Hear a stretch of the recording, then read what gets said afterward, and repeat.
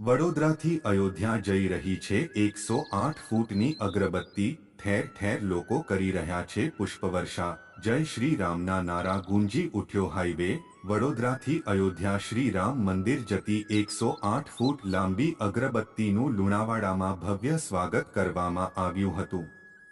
ત્યારે ભગવાન શ્રી રામ મંદિર અયોધ્યા જતી અગરબત્તીના દર્શન કરવા રામ ભક્તો મોટી સંખ્યામાં ઉમટી પડ્યા હતા।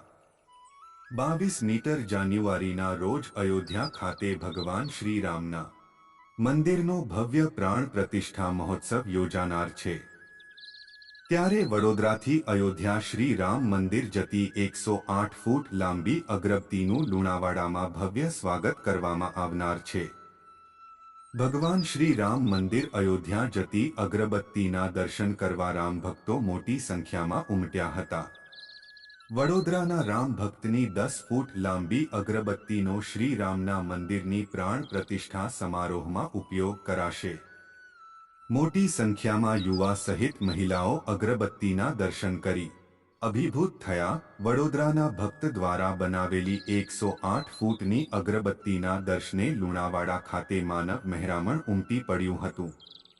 108 ફૂટ લાંબી અગરબત્તી લઈને વડોદરાથી અયોધ્યા લઈ જતા લુણાવાડા નગરની કોટેજ ખાતે અગરબત્તીનું સ્થાનિક સાધુ, સંતો અને ભક્તોએ પૂજન અને સ્વાગત કર્યું હતું। લુણાવાડા ખાતે આવેલા કોટેજ નજીક અગરબત્તી આવતા જય શ્રી રામના નારાઓથી નગર ગુંજ્યું હતું। યજ્ઞમાં વાપરવામાં આવતી તમામ સામગ્રીનો ઉપયોગ કરીને અગરબત્તી બનાવવામાં આવી છે। ડી.જે. ના તાલે નાચી નગરજનોએ અગરબત્તીનું સ્વાગત કર્યું હતું। ત્યારે યુવા સહિત મહિલાઓ પણ મોટી સંખ્યામાં ઉમટી અગરબત્તીના દર્શન કરી નગરજનો અભિભૂત થયા હતા।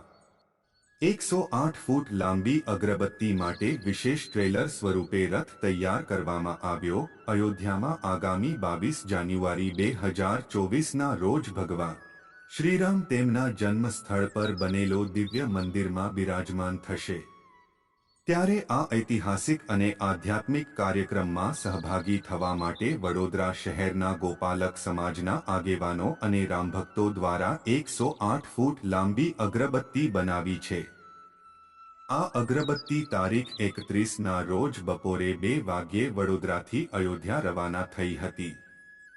108 ફૂટ લાંબી અગરબત્તી માટે વિશેષ ટ્રેલર સ્વરૂપે રથ તૈયાર કરવામાં આવ્યો છે। આશરે 12,000 કિલોમીટરનું અંતર કાપીને અગરબત્તી અયોધ્યા પહોંચશે।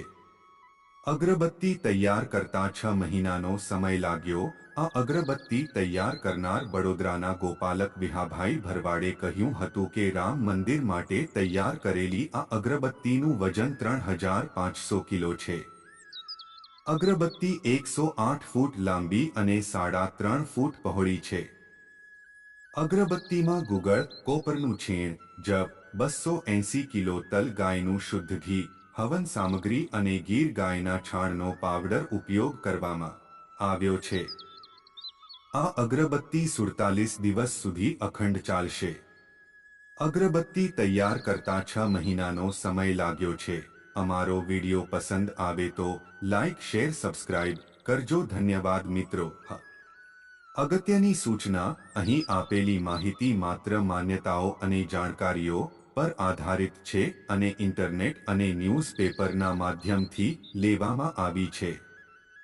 અત્રે એ ઉલ્લેખ કરવો જરૂરી છે કે અમારી ચેનલ કોઈ પણ પ્રકારની માન્યતા અથવા જાણકારીને સમર્થન કરતા નથી। અમે તેની પુષ્ટિ પણ કરતા નથી। કોઈ પણ જાણકારી અથવા માન્યતાને લાગુ કરતા પહેલા સંબંધિત નિષ્ણાંતની સલાહ લેવી જરૂરી છે। અને તમે જે વિડિયો જુઓ છો તે હિન્દુ પૌરાણિક કથાઓ, પ્રાચીન હિન્દુ ગ્રંથો અને લોકવાર્તાઓથી પ્રેરિત છે। આ વિડિયો હજારો વર્ષ જૂના માનવામાં આવતા ધાર્મિક ગ્રંથો પર આધારિત છે।